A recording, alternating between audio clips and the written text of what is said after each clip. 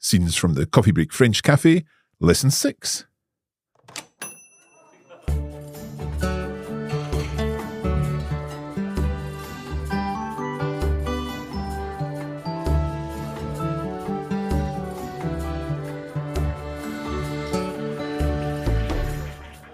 Et c'est parti pour un nouvel épisode de Scenes from the Coffee Break Café. Moi, c'est Marc. Et moi, c'est Hélène. Comment ça va aujourd'hui? Ça va très bien. Et toi? Très bien, moi aussi. And we hope that you are all well today, our listeners, here on Scenes from the Coffee Break Café. If you've just joined us and this happens to be the first episode you've ever listened to of Coffee Break French, do know that there are hundreds of episodes, perhaps even thousands of episodes back in our back catalogue where you can learn French from the absolute beginning. But we are now on an upper intermediate course called Scenes from the Coffee Break Café, where we're listening to a story that takes place in a café in France. Yeah, we're chez Nico. Chez Nico. Et qu'est-ce qui se passe chez Nico? Alors, aux dernières nouvelles, il y a eu un karaoké, une soirée karaoké. Ouais. Et le duo Jacques et Dominique, qui sont très mauvais chanteurs, ils ont quand même fait l'animation. Oui, et nous avons appris une très belle expression, chanter comme des casseroles. Ouais, elle est pas mal celle-là. On en a aussi appris un peu plus sur Ségolène, qui est la coiffeuse du village. Oui, c'est ça. Et elle a vécu en Martinique, où elle a été chanteuse. Très bien, ok. Alors, dans ce chapitre, il va y avoir sans doute d'autres personnages, d'autres histoires. Et nous allons maintenant commencer avec la lecture de ce 6e chapitre.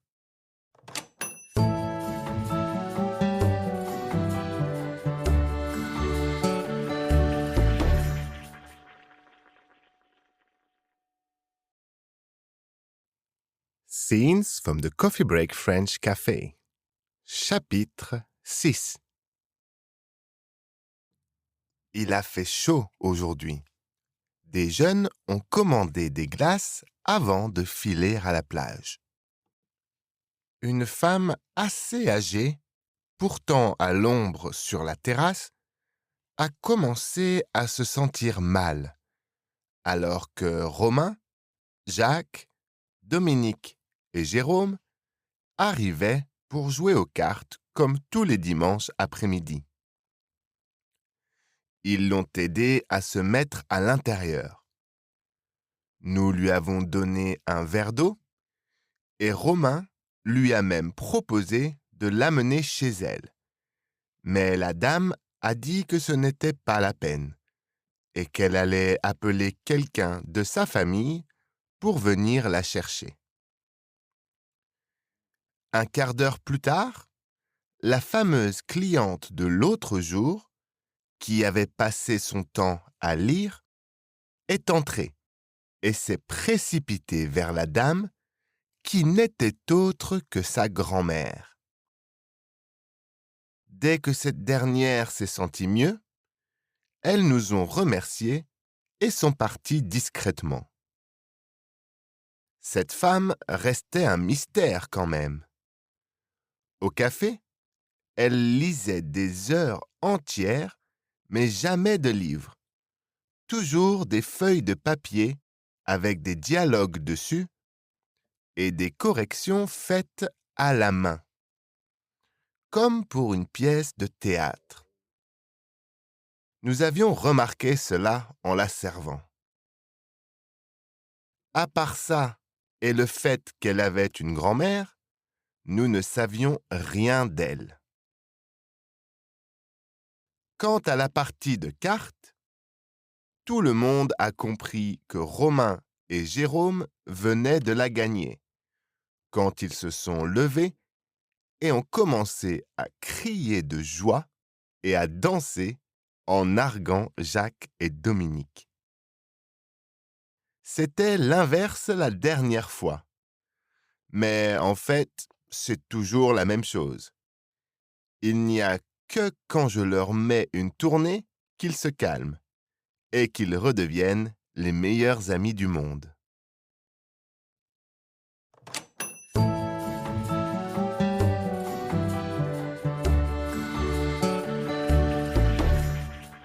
très intéressant. Merci beaucoup. Nous allons maintenant parler de tout ce qu'il y a d'intéressant dans ce chapitre. Alors, on va commencer au début. Oui. Il a fait chaud aujourd'hui. It was hot today. Il a fait chaud aujourd'hui. And we're seeing the perfect tense there because we're describing how the weather was during the duration of the day. And that duration has finished. Ouais, il a fait chaud aujourd'hui. Des jeunes ont commandé des glaces avant de filer à la plage. So some young people ordered some ice creams. Des jeunes ont commandé des glaces avant de filer à la plage. Filer is a nice verb. It means to head off quickly to the beach. Yeah, it can mean several things. It can also mean to spin or to give also. Yeah. Tu me files le sel, s'il te plaît. Can you pass me over the salt, please? It's a bit more colloquial here. Yeah. I think I've also heard people saying, hey, file, come on, beat it, get lost. Yeah. That kind of idea. And we also have commander, to order. Une commande is an order. Yep. It's different from un ordre. Ouais. Un ordre would be when you're giving someone an order, when you're telling someone to do something. But une commande is the kind of order that you would place at a shop, for example, or in a restaurant. Exactement. Une femme assez âgée, pourtant à l'ombre sur la terrasse, a commencé à se sentir mal alors que Romain, Jacques, Dominique et Jérôme arrivaient pour jouer aux cartes comme tous les dimanches après-midi. Okay, quite a lot of information in here. So, une femme assez âgée, a quite elderly lady, pourtant à l'ombre sur la terrasse, despite being in the shade on the terrace, a commencé à se sentir mal, started to feel unwell, alors que Romain, Jacques, Dominique et Jérôme arrivaient, while the four people mentioned there, Romain, Jacques, Dominique and Jérôme, were arriving pour jouer aux cartes, comme tous les dimanches après-midi. They were arriving to play cards like every Sunday afternoon. And we have here âgé. We saw that already in a previous chapter. It can also translate to vieux or vieille, but it's a bit less respectful to use vieux or vieille here. Okay. À l'ombre, in the shade, une ombre is a shadow. And before I learned that the word shade, I used to say, let's go under the shadow. So that's nice. L'ombre, then the shade, and une ombre, shadow. And what else do we have? Se sentir mal. Se sentir here, reflexive verb.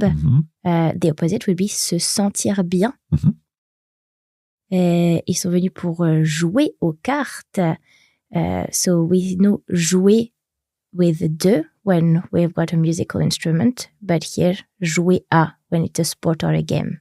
Yeah, c'est ça. Et comme tous les dimanches après-midi, is there a difference between tous les dimanches après-midi and chaque dimanche après-midi?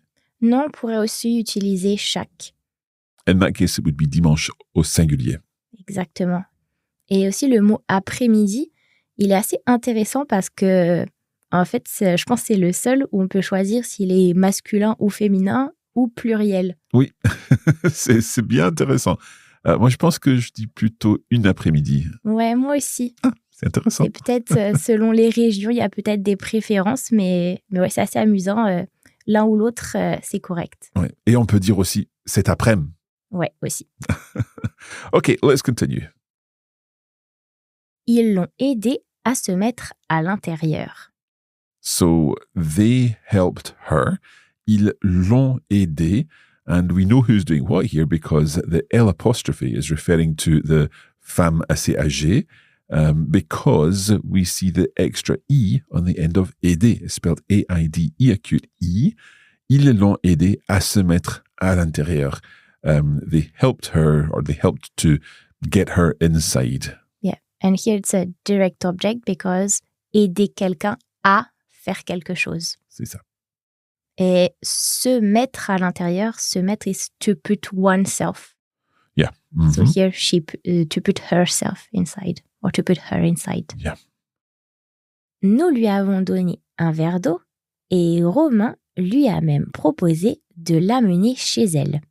Mais la dame a dit que ce n'était pas la peine et qu'elle allait appeler quelqu'un de sa famille pour venir la chercher. Okay, so quite a lot of information in there. Nous lui avons donné un verre d'eau. So we, to her, have given or gave un verre d'eau, a glass of water. Et Romain lui a même proposé de l'amener chez elle. And Romain even suggested to her, the lui there to her, de l'amener chez elle, to take her home. Mais la dame a dit, but the lady said, que ce n'était pas la peine, but it wasn't worth it, et qu'elle allait appeler quelqu'un de sa famille, and that she was going to call someone of her family pour venir la chercher, to come to get her. So lots of pronouns in there. We've got lui and la and so on. Ouais, notre premier lui here, indirect, it means to her, because they gave something to her. But if it was nous l'avons aidé, the L apostrophe would be direct. It's got aider quelqu'un. Exactement. We also have lui a même proposé, so proposer à quelqu'un de faire quelque chose. Oui. So here, lui, we're referring to the lady. This one is indirect. But just after, l'amener chez elle, the L apostrophe here, or la, again, it's the lady, but this time it's a direct object. Exactement. Amener is an interesting word. I always think amener is an interesting word because we could potentially have seen emmener here. But when we emmener quelqu'un quelque part, we typically go with them and stay with them. Yeah. Amener is more like to bring, or like to take someone somewhere and you leave them. You leave them there. And emmener, you stay with them. But really, French people don't make much the difference. Like, I could use amener or emmener, and I don't think much of the meaning behind. I always think of it when let's say, a father is saying to their teenage son, je t'emmène au cinéma. And my teenage son would say to me, no, it's fine. I don't really want to go to the cinema with you. Whereas if I was giving him a lift to the cinema, je t'amène au cinéma, he'd probably accept the lift, but he probably wouldn't want to go to the cinema with his dad. But as you say, they're kind of interchangeable in modern French, even though if you want to be really correct, you would use the correct one in the correct situation. Ouais. On a aussi encore la dame. Je crois qu'on l'a déjà vu dans un autre chapitre. It's a bit more formal than just saying la femme. Yes. I suppose it's a little bit like a lady versus a woman. Yeah, exactly. Even though there's no title behind it in French. Okay. Il a dit que ce n'était pas la peine. Peine, it has different translation. It can be a pain, an effort, or a difficulty. Yeah. And here it's more the difficulty. It's not worth the difficulty here. Ça ne vaut pas la peine. Yeah. And you can use valoir la peine or just être in this case. Ce n'était pas la peine or ce ne valait pas la peine. Both would be the same idea. On a aussi et qu'elle allait appeler quelqu'un. So here the que, it actually follows from la femme a dit. It's the second thing that she said. Yeah. And that same idea that we need to repeat the que each time. And even as we saw last time, if the first one was a quand, we'd need to make it a que because we needed something in there each time. Okay, let's move on to the next sentence. Actually, before we do, there's just one other word I wanted to pick up on there, and it's chercher, because chercher we would normally use to mean to look for something. But in this case, elle allait appeler quelqu'un de sa famille pour venir la chercher. It just means to fetch her, to collect her. Yeah, to come in and get her. Mm-hmm. Okay, let us continue. Un quart d'heure plus tard, la fameuse cliente de l'autre jour, qui avait passé son temps à lire, est entrée et s'est précipitée vers la dame qui n'était autre que sa grand-mère. Okay, so a quarter of an hour later, un quart d'heure plus tard, la fameuse cliente de l'autre jour. Now, the famous customer from the other day. Now, this fameuse is a little bit of a push here because we're not talking about someone who's famous, but it's someone that within the context of the story we've mentioned before. Fameuse could also have a sense of notorious or something like that. but we're just really talking here about the person that has previously been mentioned, or she's well known within the context of the story. Ouais. Fameux can also be like great or first-rate thing. And if you're talking about something that's not so great, it would be pas fameux.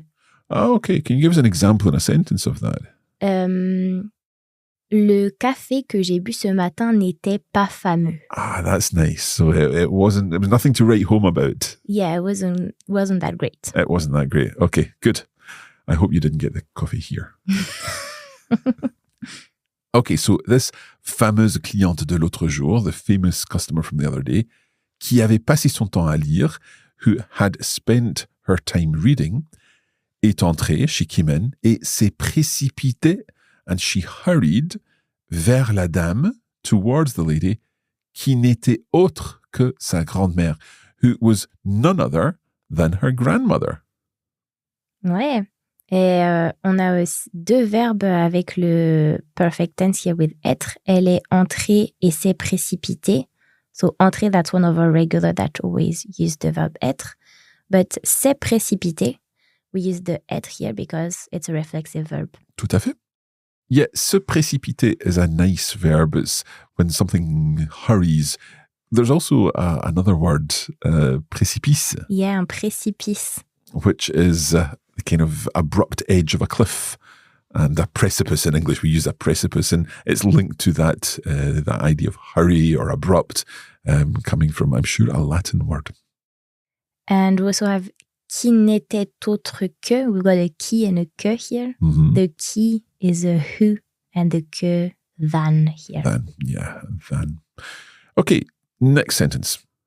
Dès que cette dernière s'est sentie mieux, elles nous ont remerciés et sont parties discrètement. Okay, we've got a lovely aspect of French grammar here that I always think sounds a little funny when we translate it into English, but it's completely natural in French. Dès que cette dernière s'est sentie mieux, so as soon as cette dernière, this last person that we referred to, or the latter, felt better, s'est sentie mieux, elles nous ont remerciés, they thanked us, et sont partis discrètement, and they left quietly, discreetly. But in English, we would never say as soon as the latter. We would always just repeat the word. We would say as soon as her grandmother felt better, elles nous ont remerciés, they thanked us and left discreetly. Ouais, et on utilise quand même assez souvent ce dernier or cette dernière rather than repeating again in French. Et se sentir, again, the reflexive verb is to feel, but without the reflexive, sentir, it already means it can also mean to feel, but it's usually more physical, like the touch. If we're talking about feelings, it's when using with a noun, like sentir la fatigue. Mm-hmm. Just to feel tired. Yeah, and with the reflexive, se sentir, with feelings or emotions, when it's followed by an adverb or an adjective. Se sentir fatigué. So, can I say, je me sens fatigué, I feel tired? Oui, exactement. But je sens la fatigue, I feel the tiredness. Les deux sont très bons. Okay, je me sens triste, I feel sad, mais je sens la tristesse. Nice, I did not know that. J'apprends tous les jours. J'adore ça. Okay. Let us take a quick break there and we'll be back in just a moment to go through the rest of the chapter.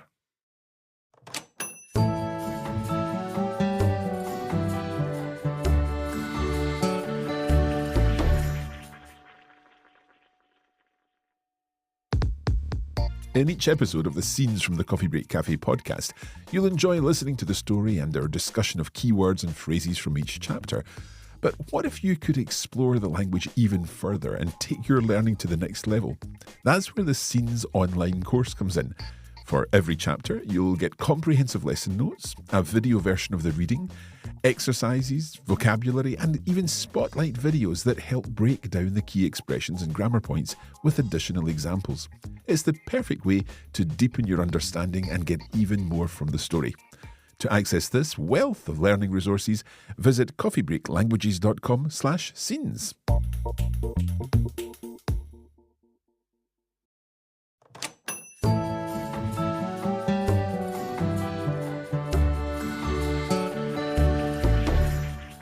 Et nous sommes de retour avec notre 6e chapitre de Scenes from the Coffee Break Café. Alors, Hélène, si tu veux bien continuer à lire le texte.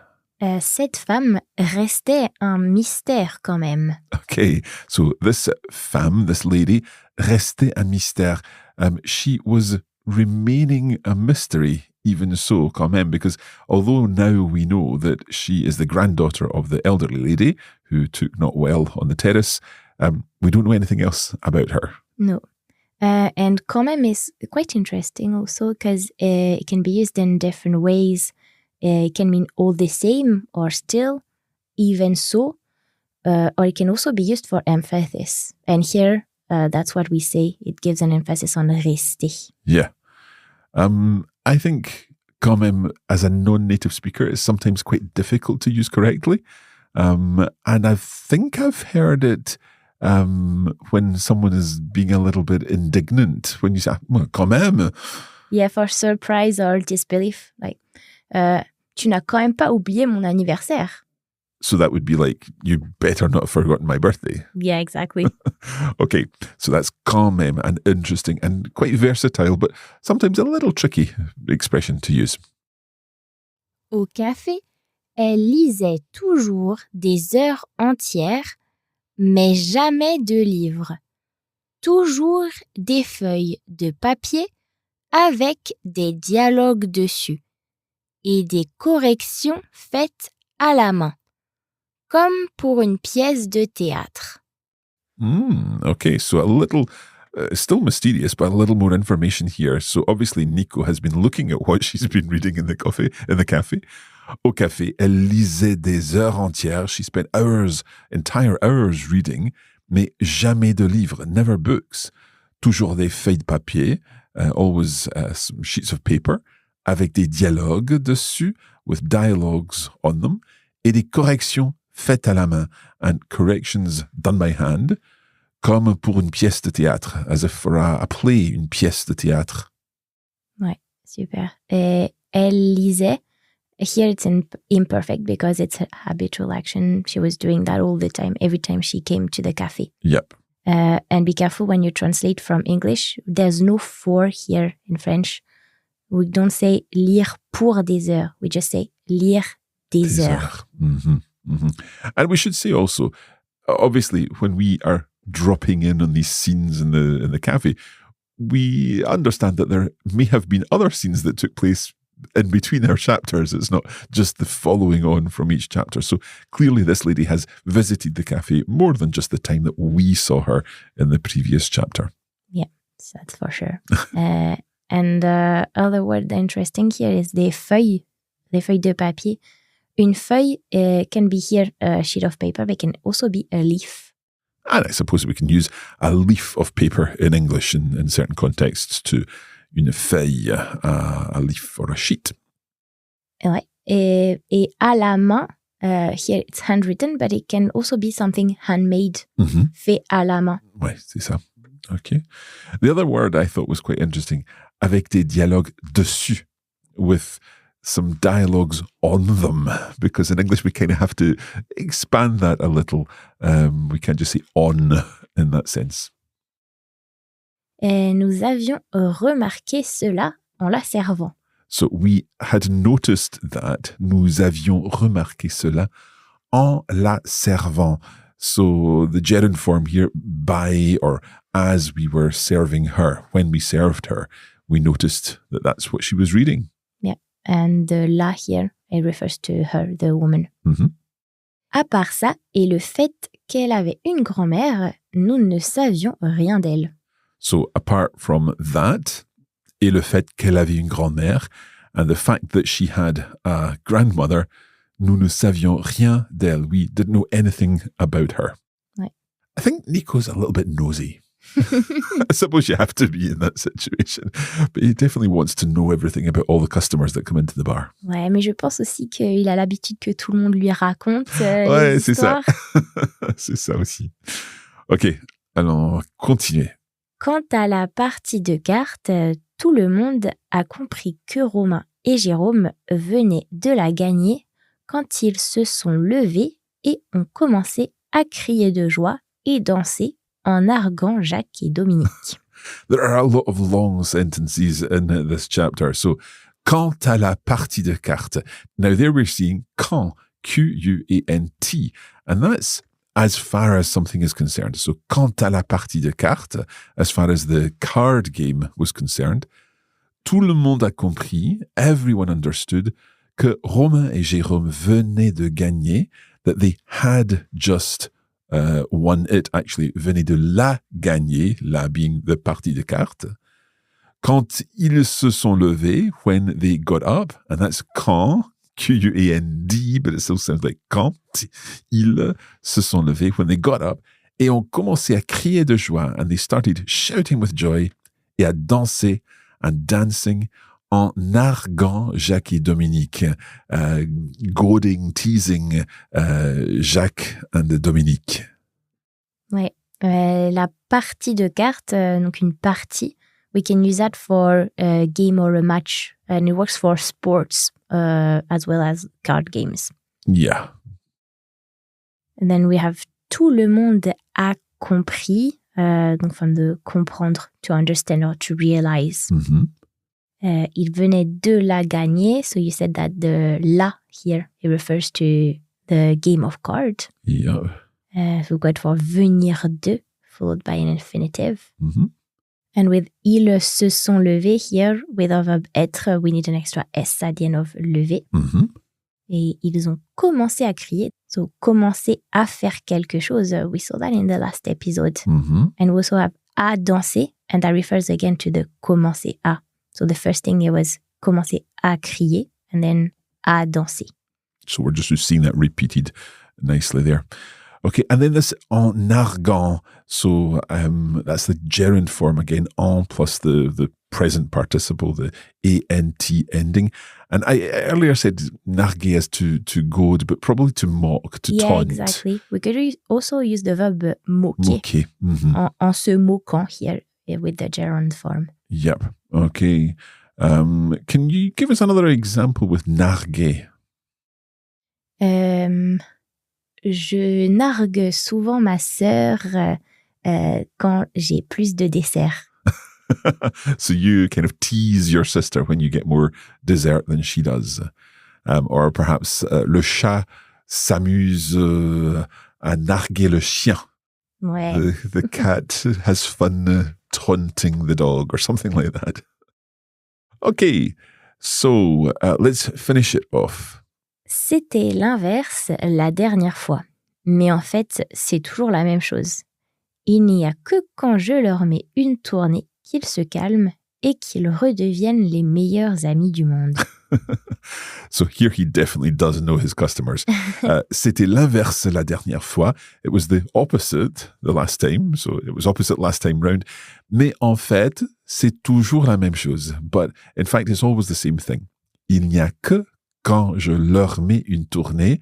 It's only when I buy them around qu'ils se calment, that they calm down, et qu'ils redeviennent les meilleurs amis du monde, and that they once again become the best friends of the world, best friends in the world.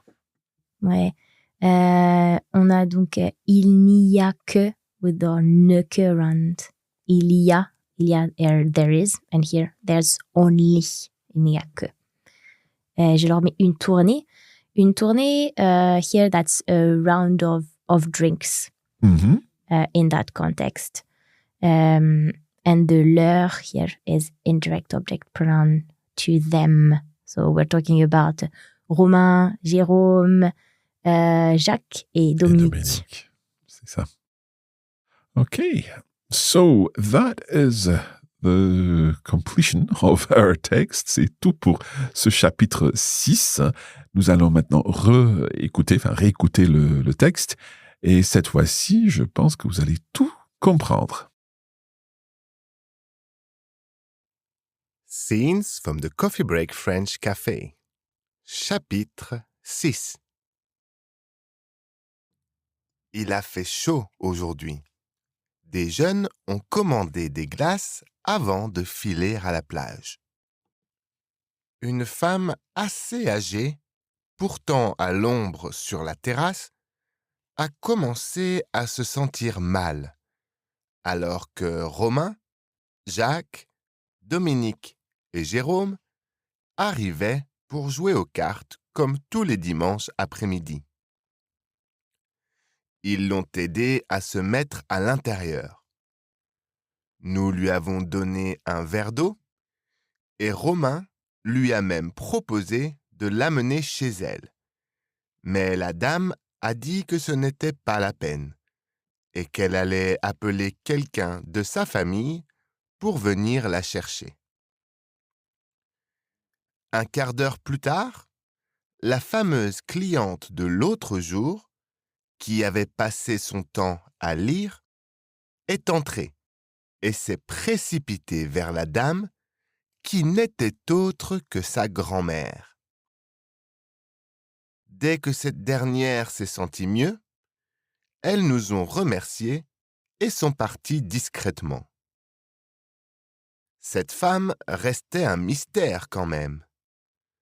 Au café, elle lisait des heures entières, mais jamais de livres. Toujours des feuilles de papier avec des dialogues dessus et des corrections faites à la main, comme pour une pièce de théâtre. Nous avions remarqué cela en la servant. À part ça et le fait qu'elle avait une grand-mère, nous ne savions rien d'elle. Quant à la partie de cartes, tout le monde a compris que Romain et Jérôme venaient de la gagner, quand ils se sont levés et ont commencé à crier de joie et à danser en narguant Jacques et Dominique. C'était l'inverse la dernière fois. Mais en fait, c'est toujours la même chose. Il n'y a que quand je leur mets une tournée qu'ils se calment et qu'ils redeviennent les meilleurs amis du monde.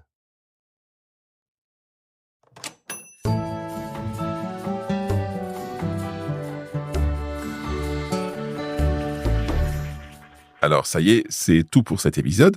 Merci beaucoup, Hélène. Merci Marc, c'était très intéressant. And if you would like to get more out of this episode, and indeed all of the episodes of Scenes from the Coffee Break Café, then head over to coffeebreaklanguages.com/scenes, where you'll be able to find out more about how to get access to all the bonus materials. If you're using those bonus materials already, then we would suggest that you move on to the lesson notes, the exercises, and the vocabulary lists now to help you get more out of this episode. And if that's still not enough French for you, then you can sign up for a free newsletter. You'll get an email every week about some new French tips or tricks to help you build your language skills. And to access this, you just have to go to coffeebreakfrench.com and sign up there. Parfait. Bon, merci beaucoup et à la prochaine. Merci, à bientôt.